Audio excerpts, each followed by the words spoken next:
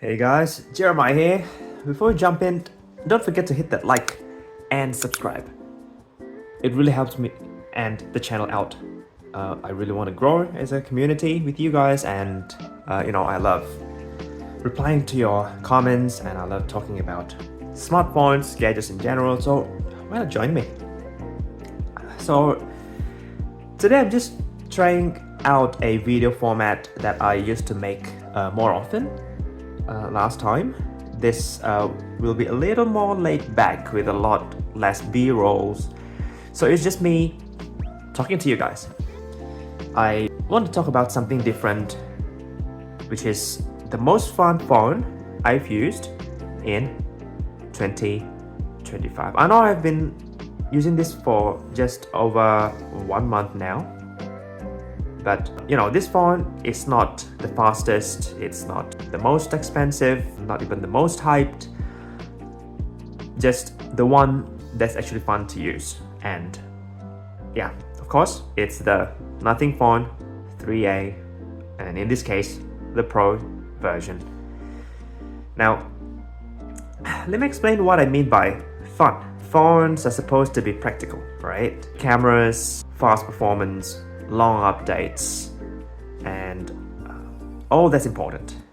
But when was the last time you actually enjoyed using your phone?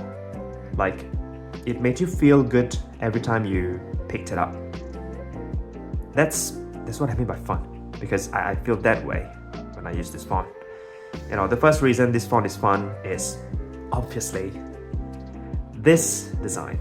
Let me just turn on the glyph lights for you guys. Just this phone, fun.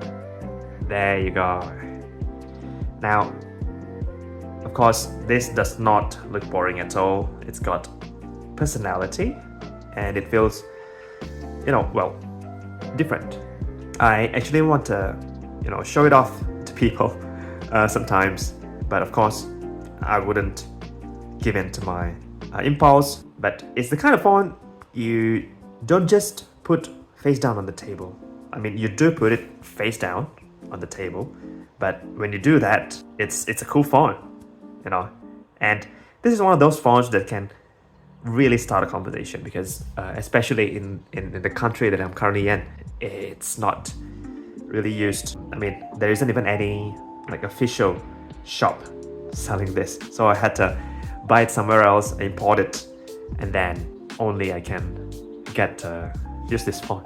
It's something different. And then there's also the little things, like the haptics on this phone actually feel very, very satisfying. Like, if I just type something here, maybe for example MKBHD. Oh, of course, I can't find any app by the name of MKBHD, because if I just type anything here, it just feels so good. I know that this is not the best haptics out there. For some people, this is a little too punchy, but it's awesome. And the software and the animations are just very straightforward. As you can see right here, right there, and there, even there, it just screams fluidity. I know that it's not as good as One UI, or some people prefer iOS, but actually I feel that this is something that is just nice, which is something that is just in between. It's not too fancy, it's not too dramatic, and it's pretty straightforward. It is very, very smooth. Just the gestures on this phone and everything, these small touches make the phone feel alive, and the little details, they really add up. And now let's talk about the camera.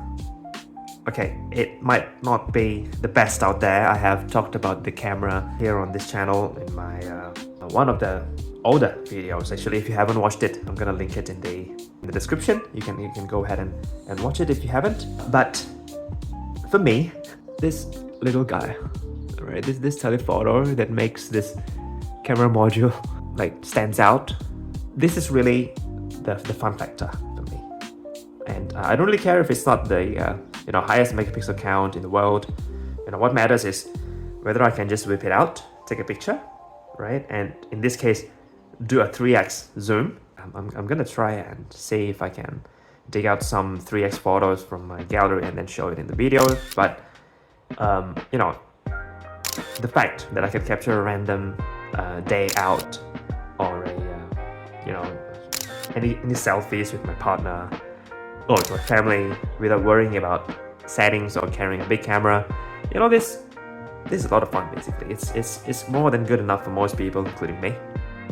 The phone doesn't even have to be the most expensive one out there. Okay, of course, if you have to import this phone to your country, then it's gonna be way above the MSRP. We just have to accept that fact. But still, it's not gonna be as expensive as the base iPhone model, the base S25. And honestly, this is part of what makes it fun. When a phone costs less, I don't really baby it. Of course, I still use a case, and if I just show you what I use, this is the one. It's pretty nice, to be honest. Okay, but of course it hides most of what the phone looks, of how the phone looks. But then again, I'm not gonna be stressing too much about the scratches, even if I'm not using the phone case, because sometimes I just take it off and I rock it without any case. Yeah, I'm not constantly thinking about its, you know, value dropping, unlike my iPhone.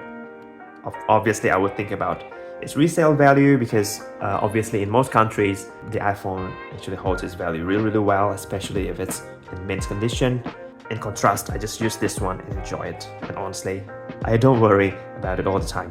That adds to the fun factor of this phone. So, well, yeah. The most fun phone I've used in 2025 is not necessarily the most powerful or the most, you know, premium. It's the one that actually doesn't add more stress into my daily life. Now, I want to hear from you. What's the most fun phone you've ever used? You know, let's drop it in the comments. Let's talk. I'm really curious to see how you guys, you know, rate a phone and what you guys say. And of course, thank you guys so much for watching, and I'll see you again very, very soon.